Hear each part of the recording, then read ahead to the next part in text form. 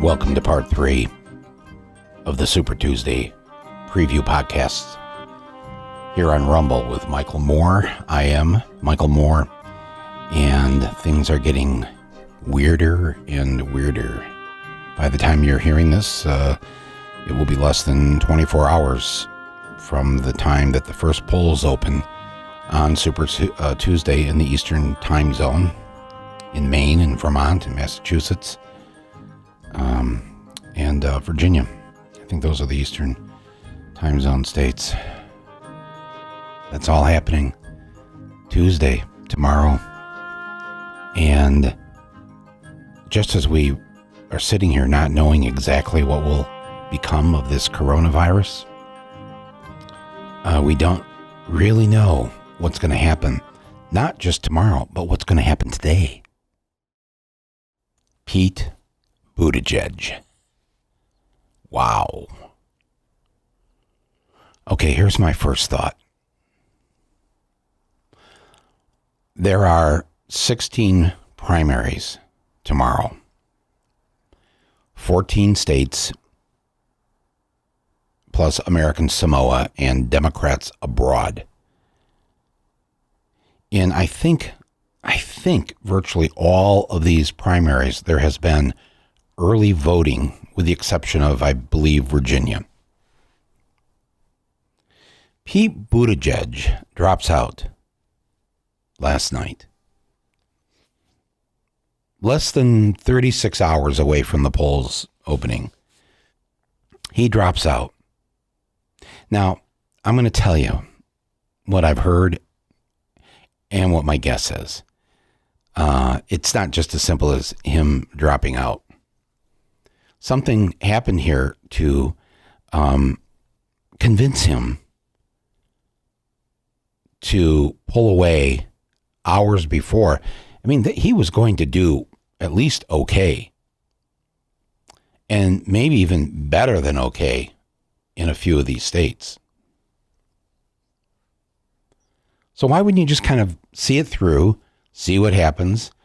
You've already spent the money on the TV and your campaign offices. It's not like you're not going to save any money. Here's what I want to say about this. This is what's so diabolical about this decision that he made last night. People have already voted for him. Hundreds of thousands of people, maybe millions, in these 16 primaries through all the early voting over the last month. What about them? What about all of you right now who are listening to this? You already sent your ballot in. You already voted for Pete Buttigieg. And now he's dropped out a day and a half before Super Tuesday. And you, Buttigieg voters, don't get to go vote again. Your voice has been eliminated from this election. How does that feel? I just want to remind you, I don't care which party you belong to, whether it's you're Democratic or Republican or whatever an independent is these days. When a politician pulls a stunt like this, and if he's been thinking about it for the last days or even week or weeks, you had a right to know that before you voted for him, before you sent your ballot in. Now your vote has been stripped from you by whatever ruse is in the middle of taking place right now. When I say ruse, I mean, I don't think it's just as simple as him going, "Oh, gee, golly shucks." I just thought it was time to suspend my campaign. Why? Why? For another 24 hours? Why? Money's been spent. All the door-to-door has been done this weekend. You've got the staff. Why? I'll tell you why. Because he wants to make sure that he can do whatever is possible for him to do, he's going to do it to try to make sure that Bernie Sanders is not the party's nominee. And so by pulling out right now, he is, I guess, in his mind, thinking that he's going to help Biden, or, well, I don't know who else there is to help. I guess Bloomberg, possibly. Bloomberg is still polling at number 2 or 3 in a number of these states. But to make sure that a centrist, a rightward-leaning Democrat becomes our nominee, which is our absolute guaranteed recipe to be clobbered by Donald Trump in November. Yeah, after we put up a centrist last time, let's do that again. Let's have Bill and Hillary and their cadre of folks who are right now behind Biden. And from what I understand, what I've learned is that another at least 10 billionaires over the weekend have gotten, 10 more billionaires have gotten behind Biden. He's pushing close to 60 billionaires that are supporting his campaign, either because they've seen now that Bloomberg isn't going to make it, and Buttigieg isn't going to make it. So I guess I want to know, Pete, what deal did you cut? What's the backroom deal? You were this new, fresh face. Oh, you're a millennial. Yeah, you're not like the politics of old. It's the politics of new. What's the deal that got cut with Biden? With the conservative wing of the Democratic Party to drop out 36 hours before the vote. My friends, you know this isn't just what it seems like it is. And I'm not suggesting, there's no conspiracy going on here. It's just politics. This is what always happens. This is not a new move. It's just that in an era of transparency, in the digital era that we live in, where we know a lot more and learn a lot more about what's going on behind the scenes than we ever did before, we need to know what happened here, because, and it's too bad he just says, can't come out. Maybe he will. Maybe as I'm recording this in the early morning hours here of Monday, the day before Super Tuesday, maybe that's what's going to happen today. Maybe that is what is going to happen. And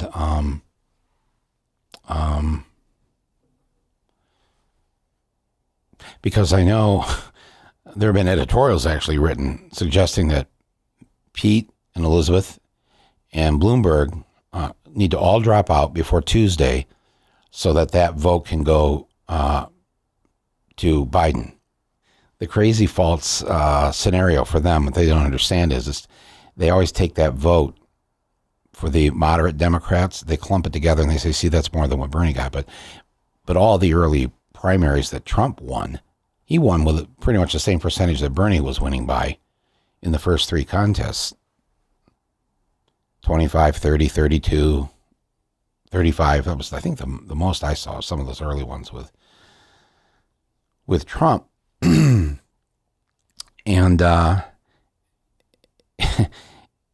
and they said the same thing back then. Oh, look at what Ted Cruz is getting, and Marco Rubio and Jeb Bush and John Kasich. If you added them all together, well, you could, and they did make the point at the time, see, the majority of Republicans don't want Trump. Only 25, 30% want him. And they tried to con themselves during the early primaries into thinking that, this Trump thing isn't going to happen. He's not going to get the nomination. Look at this. 75% of Republicans don't like him. Oh, you know what happened there.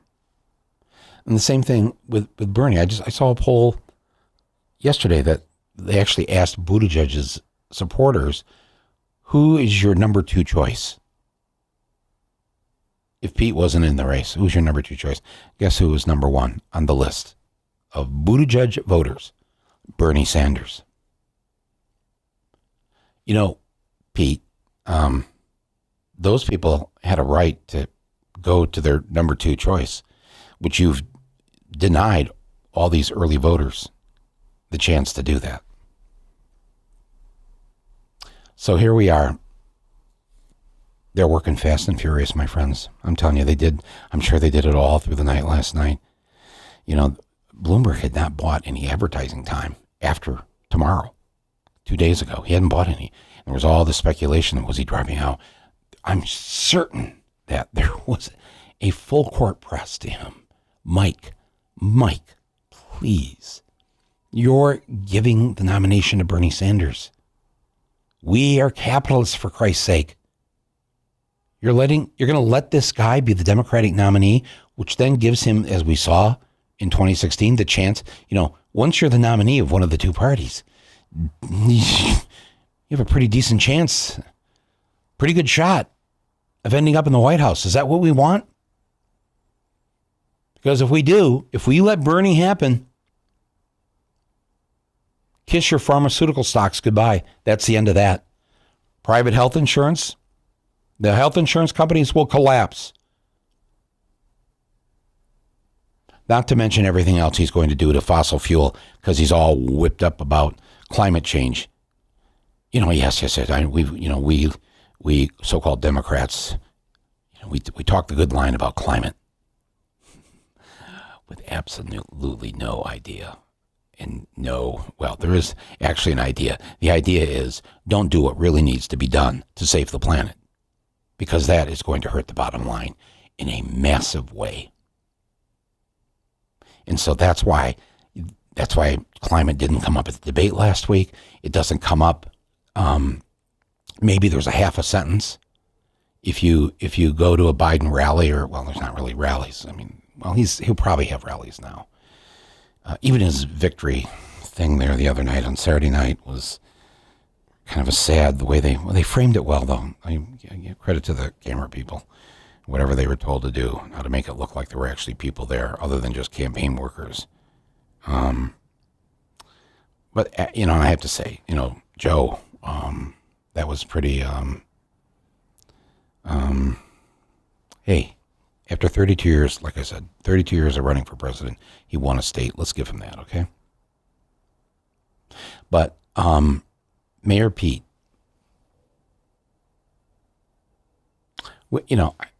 see, this is the part of me that I really, if you knew me personally, I am one of those people. We were at a debate watch party in New Hampshire, watching the debate with the public. Actually, we had a little sports arena, and Michael Moore will be here to host the debate party, and there are quite a few hundred people there, and sitting there watching the debate, and I don't know what it was. It might have been something Elizabeth said or whatever, and I started applauding. I'm the only person in the arena that's applauding. People are all looking at me like, "Why are you applauding her?"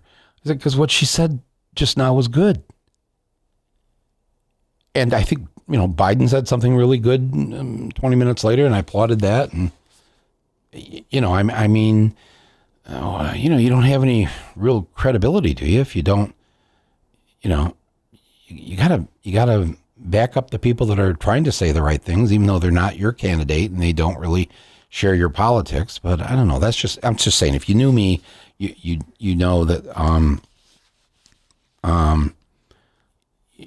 whichever one of my grandmothers said to me, if you don't have something nice to say about somebody, don't say anything at all. So it's always kind of been in my head that even while I'm being critical, and I'm really criticizing, the politics and the policies of these candidates, not them as human beings. But I also try to find something in their politics that we need to embrace, because we're all going to have to come together here in November to remove Trump. We can never lose sight of that mission. So, I've been really happy in these last 5 years to see our gay and lesbian and bisexual and transgender and queer citizens being treated a bit better than they have for most of their lives. Being allowed to legally marry the person that they're in love with. This is a good thing. And to have a major presidential candidate running this year who is an openly gay man. I mean, this is progress, and it must be noted and celebrated. This is a good thing. And sometimes whenever you're the first of something, or you're the token, you're the only one, maybe it's not always the best person. I mean, there's lots of examples of that, from Margaret Thatcher to Clarence Thomas to whatever. So you are of a mind that you believe that, for instance, there should be African Americans on the Supreme Court. And then when the African American is the enemy of African Americans, he's declared throughout his political life that he will vote and has voted consistently against that which would benefit people who are the descendants, people who are the descendants of slaves. But this was a good thing, Pete Buttigieg. And, in the little town where I live in Michigan, Jason, his husband, is from there. And people have been really excited the fact that there's a presidential candidate married to somebody from this town of, 15,000 year-round people there up in northern Michigan. So people are like, hey, we could have the first husband is from here. But I think some of this maybe prevented me and others from describing Pete Buttigieg in the way that we needed to talk about him. He's a naval intelligence officer. That's what he did. That's what he was. And his job, when he went to Afghanistan, was to sit in an office full of computers and use his intelligence, his brilliance, to do psyops work to interrupt and disrupt the financial system that ISIS had developed. And I think he also probably did some of that against the Taliban and maybe Al-Qaeda. I don't know, whatever's left there. But that's what he did. And then in his civilian life, worked as this consultancy firm, which you've read about, which has done a lot of things that aren't very good. And it got brought up, I think maybe once during the debates, and then it kind of got dropped. But this is an operation that's going on right now in these 36 hours. This is not a naval intelligence operation, but it is an intelligence operation in terms of why did he pull out so soon before the vote? Why is he trashing the hundreds of thousands of votes that have already been cast for him and not allowing now those people to be able to cast their vote so that it can matter? Why? Who have you been talking to, Pete? Who have you been meeting with? Who have your people been meeting with? Which people have they been meeting with? What's been promised? What have you been offered? What are you getting out of this? Because the mission is to stop Bernie. And for some reason, Bloomberg started buying ads on Wednesday and Thursday, this coming Wednesday and Thursday, when he hadn't. It looked like maybe he was going to pull out, but now he's not. Now he's not, which has probably upset a lot of people because they think if Pete's out and Bloomberg's out, that will help Biden and we can stop Bernie. Here's what they don't understand, though, about stopping Bernie. I have traveled around the country with him. There's no stopping Bernie. I've seen it. I've seen the response.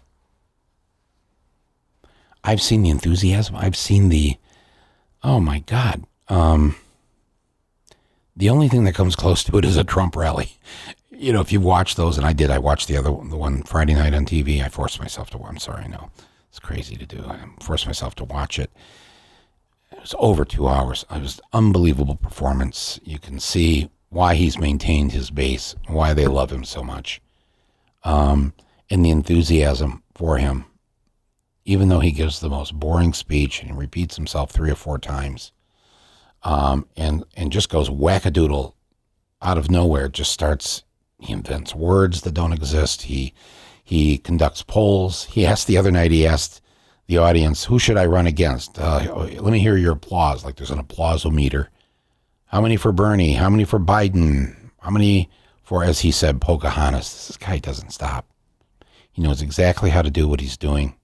He knows that hate works. This is a sad thing about our species, isn't it? Hate works. Bigotry works. Spewing that. People eating it up. People, did I say people? I meant mostly men, guys. There are women there. That 53% of white women that Trump won 4 years ago, I think a lot of them have dropped off, but there's still a goodly number of them there backing Donald Trump. No, but I'm telling you, traveling the country, you really see. This is the thing the pundits don't see. This is the thing that the people who sit around those tables on cable news, they are not encountering the people that are living from paycheck to paycheck. They're not. Oh, geez, what was the report that came out at the end of the week here? That it's something like at least a third of Americans run out of money before they get their next paycheck. I think it was like 32%. 32% of American workers, because of the bills and the debts that they have, run out of money during the paycheck period before they get the next check that they can cash.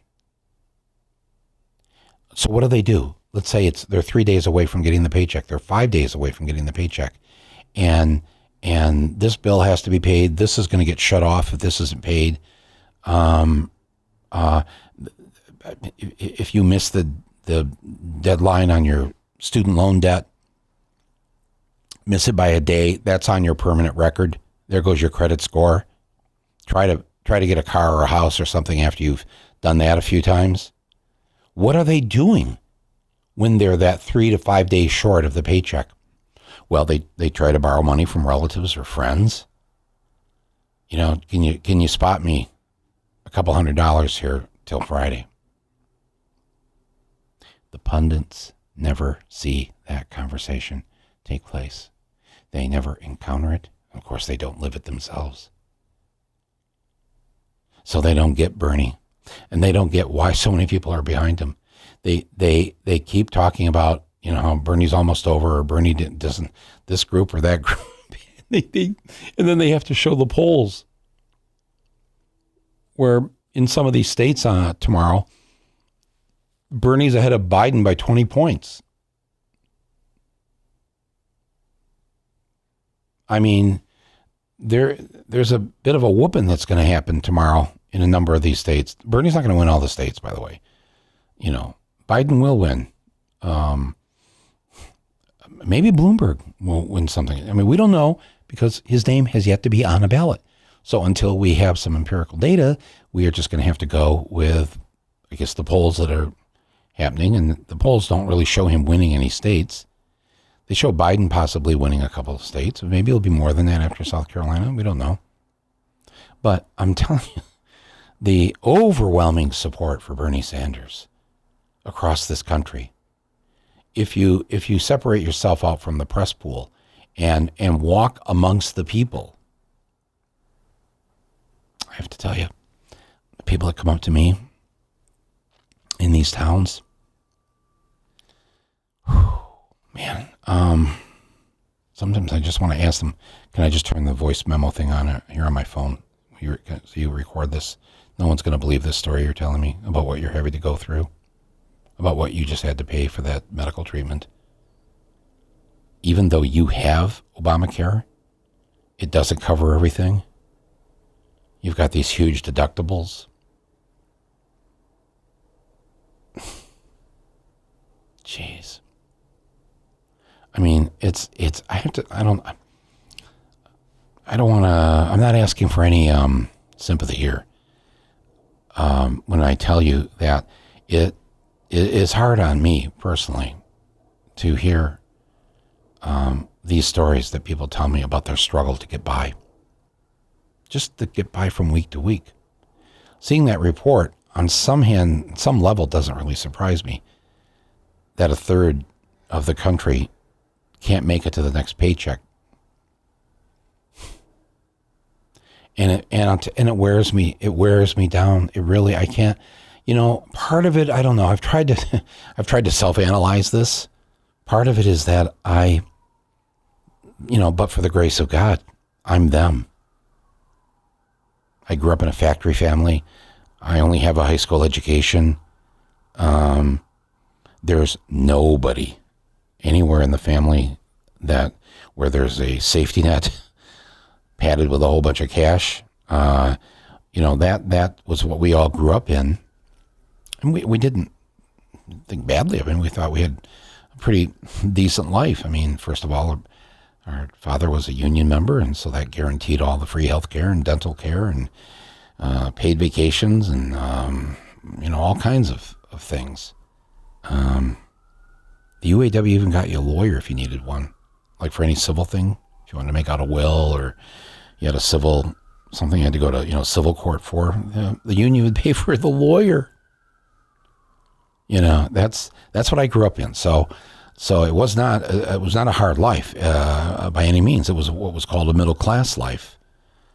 But I also knew, and I knew by dropping out after a year plus of college, the risk I was taking in terms of how I would survive. So when people stop me on the street, or they stop me at the food court, or wherever I happen to be, just running into the Stop and Rob to pick up some chapstick out in the weather this time of year, dehydrated. And then for the next 7 minutes, I listened to this story about what happened to this individual.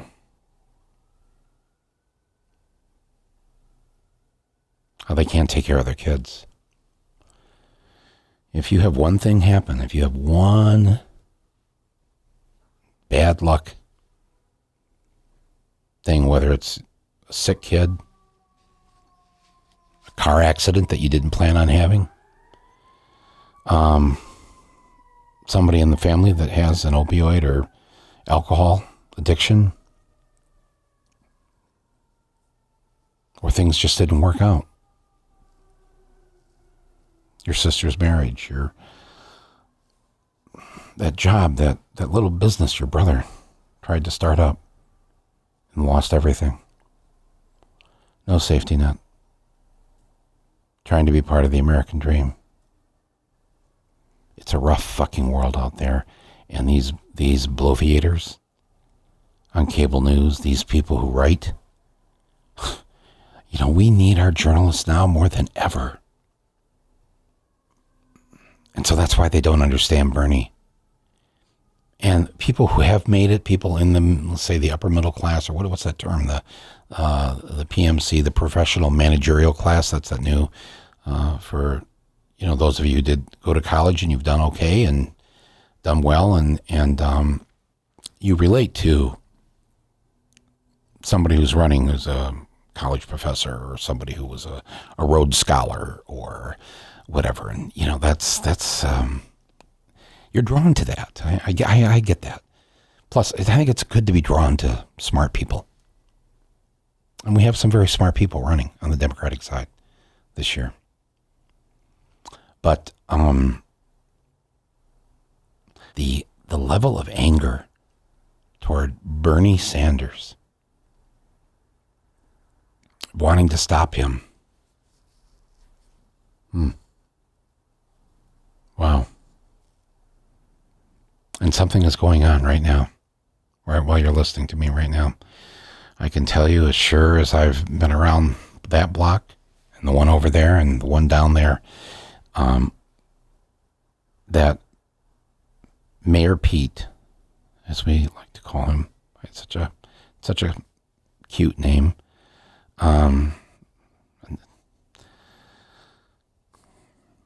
He's been meeting with people, and there's some deals being cut.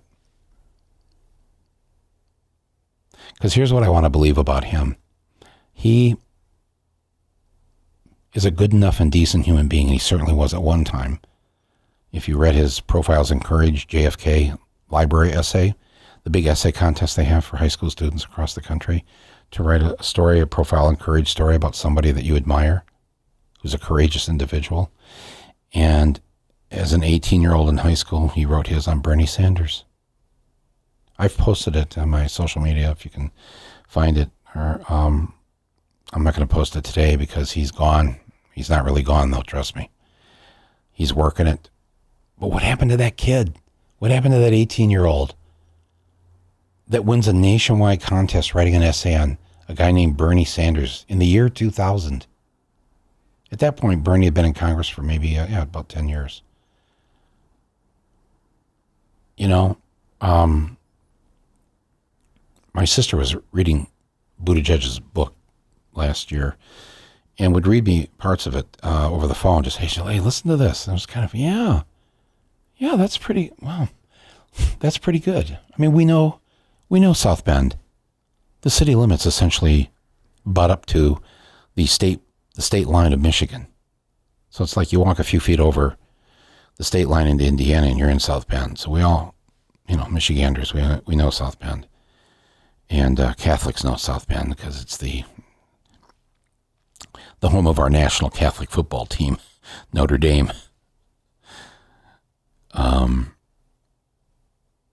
remember they invited me to come there one time and debate a conservative there at Notre Dame. And the event was actually, I had a lot of fun. I love debating and talking with people who I don't agree with because first of all, I find their argument fascinating, and I try to see what they might be right about and what I might be wrong about. And that makes, I think, what I am fighting for and what I make my movies about and what I'm talking to you about stronger, because I've put it through the ringer of what the other side might think about this idea. But I can tell you on the campus there, this is a pretty conservative campus. This is not, there's a lot of great Jesuit schools around the country.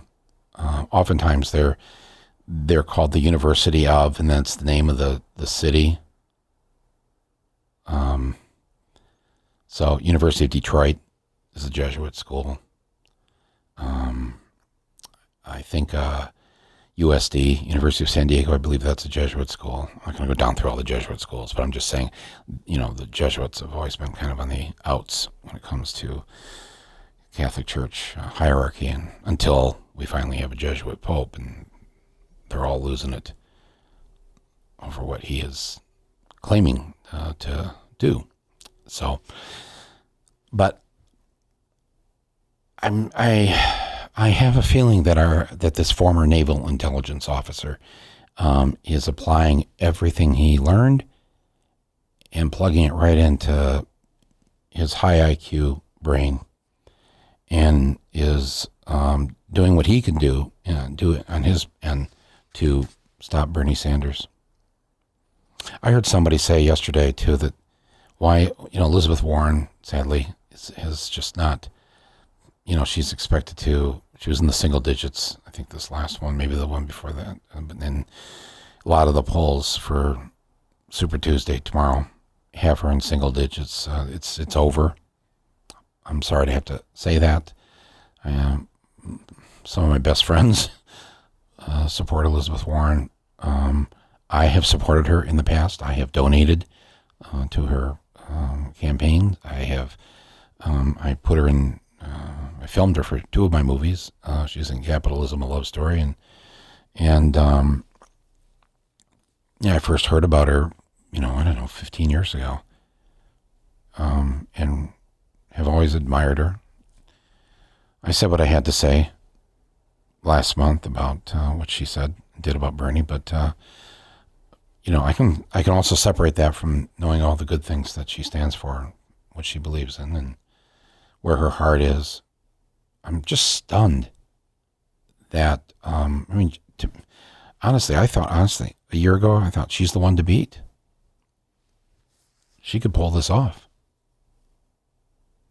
So now that it's over, why hasn't she dropped out? Why hasn't she joined Kamala and Corey and Julian and Tom Steyer and now Buttigieg? Why still be in it? Why risk Bernie losing? I think, again, the polls show that the number 2 choice of Warren supporters is Bernie Sanders. So why not, before tomorrow, just pull a Mayor Pete? Now that it's allowed, now that you can just trash your early voter people. I'm being facetious, of course. I don't think she should do that. But I don't know how much longer, anybody that can help Bernie now should help Bernie. That's our hope here, to get these things that we need to get done, starting with beating Trump. We will not beat Trump if we run a Clinton or anybody like a Clinton. If we run a Dukakis, if we run a Mondale, if we run a Kerry, if we run a Gore, lose. The American people, they mocked Bernie calling it this because he used the word revolution. That's exactly what people want. That's what they tried to say in 2016 by voting for Trump. That's what the Democrats tried to say. They gave Bernie 22 states, the voters, in 2016. What? We got 50 states, so 25's half. 22 for a campaign that started out of nowhere, started late, didn't have the money, and then had to fight the DNC and the Clintons for all the dirty tricks that were being pulled. And yet he ended up, doing as well as he did. And then he went out and supported Hillary, as I continue to say every day. 42 rallies for Hillary through October and November, the election in 2016.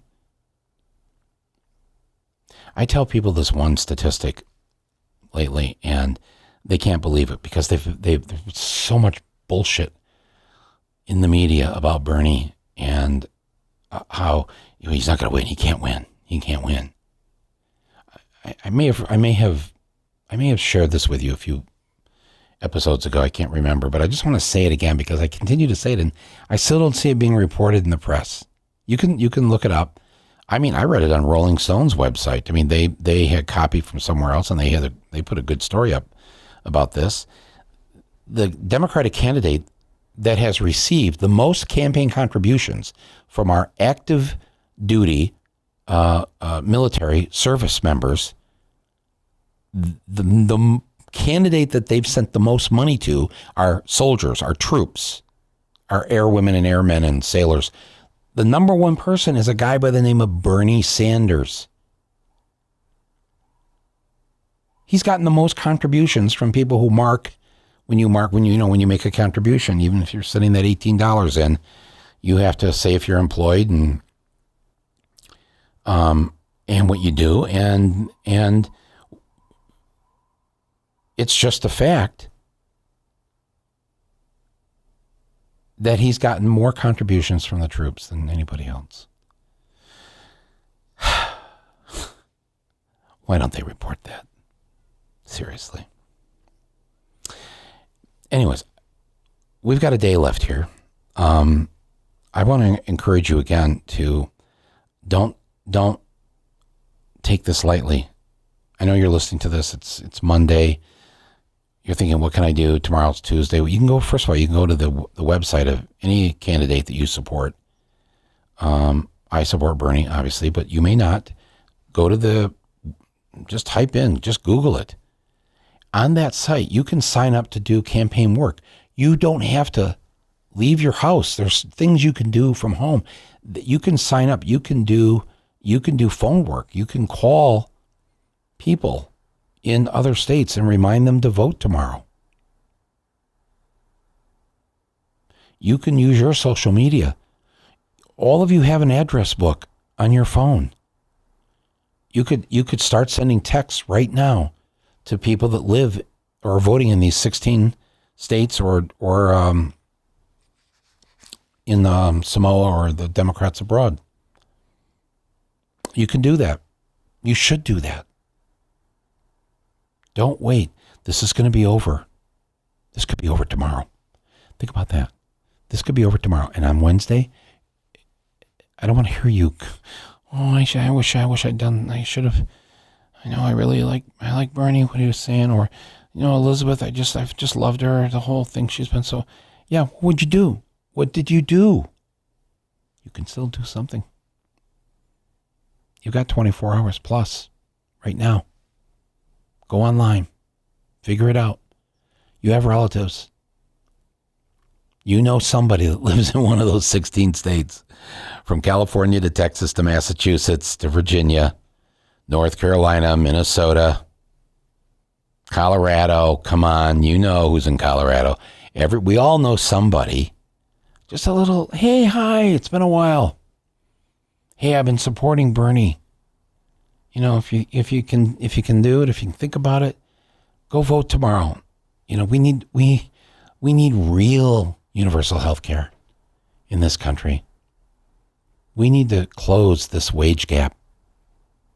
$7.25 an hour is immoral. Nobody should have to suffer like this. And can we finally get to a point where we put it in our Constitution that women have equal rights? They are equal to men. Can we just write that down? How hard is that? Every other civilized country has that written down, except us. I say civilized and somewhat with quote marks, but you know what I'm talking about. So do that. Text, email, make a phone call or two. Go to the website, see if there's something you can do there. If you live in those states, take the day off. Take the day off tomorrow. Offer to give people rides to the polls. If nobody's doing it in your town or your neighborhood or whatever, appoint yourself, a precinct captain and do nothing but knock on doors and get people, come on, I'll give you a ride. I was talking to somebody who was doing some door knocking in Massachusetts here this weekend. And he said that when he looked at this tally by the end of the door to door, there were 17 people who were either undecideds or were thinking probably of not voting.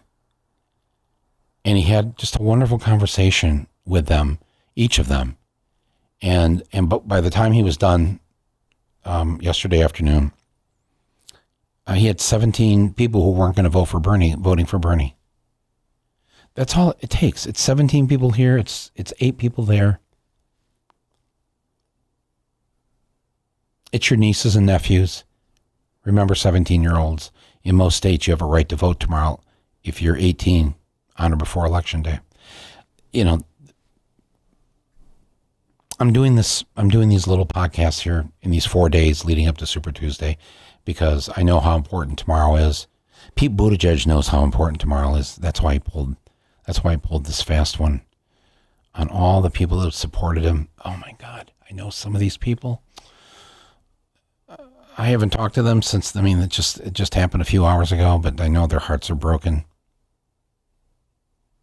I know, especially some of my gay friends are just were so thrilled to have him on that stage. Sense of empowerment that gave people.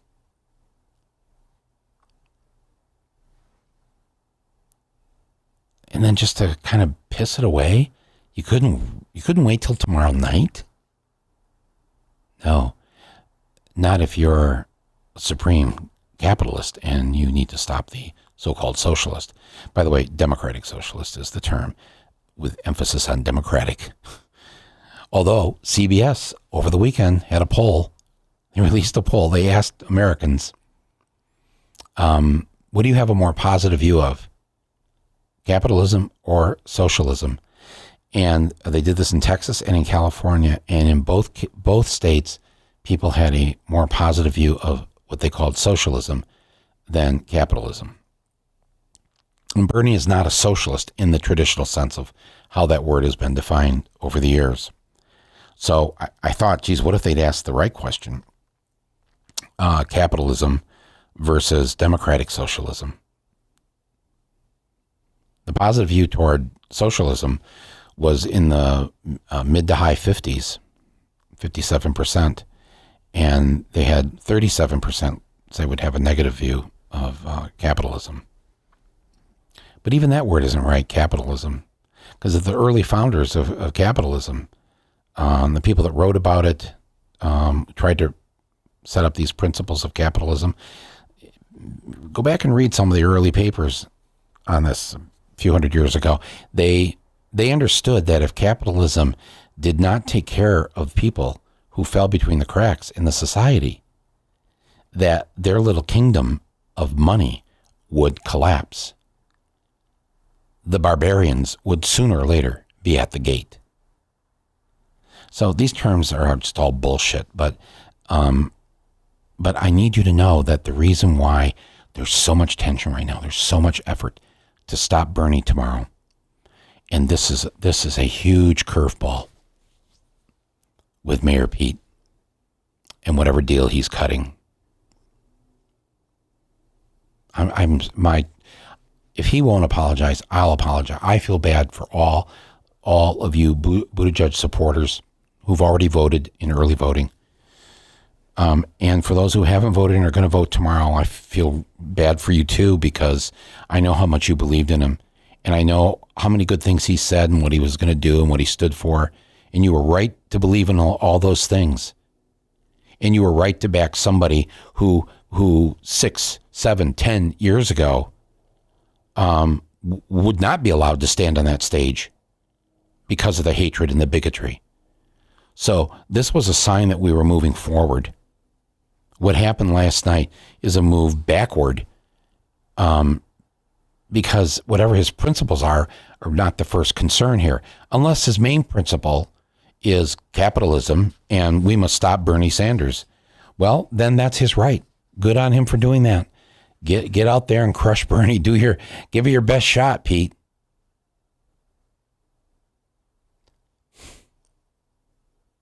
But look, folks, we can do this. I believe very strongly in this. I read the fan mail. I talk to people. I see it. I hear it. And I know why Bernie's so far ahead in these polls. I know why he won 3 of the first 4 states. They're not doing it because they've studied democratic socialism, people out there. They're doing it because they see he's a fighter and he's going to fight for them, and he's going to fight to make sure that they're not in debt for the next 30 years because they want to go to college. He's going to try to fight and stop this climate crisis we're in. He's going to fight these things. That's what we need. And we need somebody who's going to take down Donald Trump. So, a lot going on. I have to tell you, between all this and the coronavirus stuff and the mistake of watching that 2-hour plus Trump rally the other night, my head's been spinning this weekend. I had to actually go. I thought what would help is if I went and saw that new horror movie with Elizabeth Moss, The Invisible Man. I don't go to horror movies much anymore, but I thought I need to see something worse than what we're living through right now. Between Trump and the virus that is Trump, and all this craziness and weirdness that's happening in these final hours before Super Tuesday, I just thought I would go and have the bejesus scared out of me, and boy, did I. This is one scary film. I don't know how I'm going to sleep here. I am gonna go to sleep after I'm done talking to you, but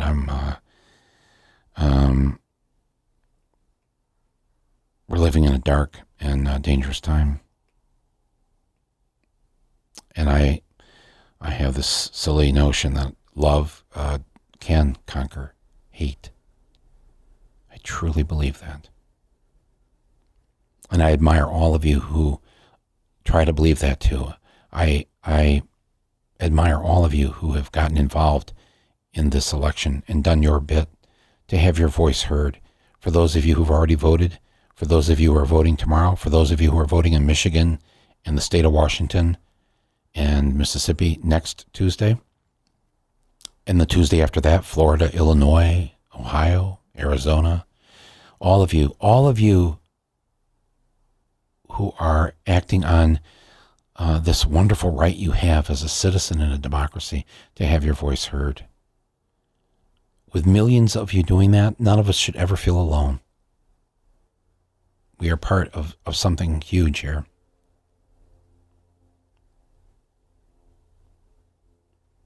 Thanks for tuning into this special Part 3 edition of my Super Tuesday podcasts here on Rumble. I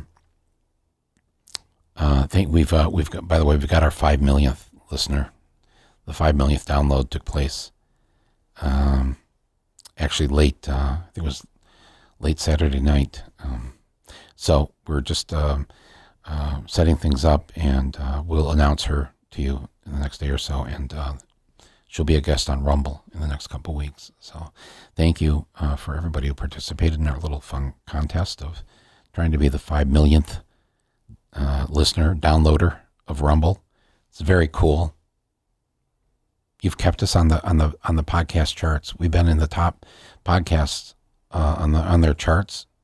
You know, they have charts just like record albums and movie box office. There's no box office here because this is all free, but this has gotten a lot bigger than I thought it was going to be. Did not expect this response, but I'm grateful, and to be on that chart, on that podcast chart, every single day since our very first day when we started this back around the holidays. Wow, didn't expect it this quick, and very grateful for it. Don't give up hope here. Please know that you and I and millions of others are going to bring Trump down and remove him from 1600 Pennsylvania Avenue. And hopefully we can replace him with the person that has a vision of our country that is the polar opposite of his. I want that. I want that. I want that. And I want that in my lifetime. I'm going to let you go. I'm going to hit the sack. Thank you for listening to Rumble with Michael Moore. The implication there is that I am Michael Moore, and that would be true. So apologies to those who early voted for Pete. Maybe do something tomorrow. Get people out to the polls. Thanks, everybody. And our Part 4, our last Super Tuesday one, I'll have that available early tomorrow morning, maybe even very late tonight, possibly. So thank you, and all my best to you and your loved ones. Don't forget to wash your hands. Elbow bumps only.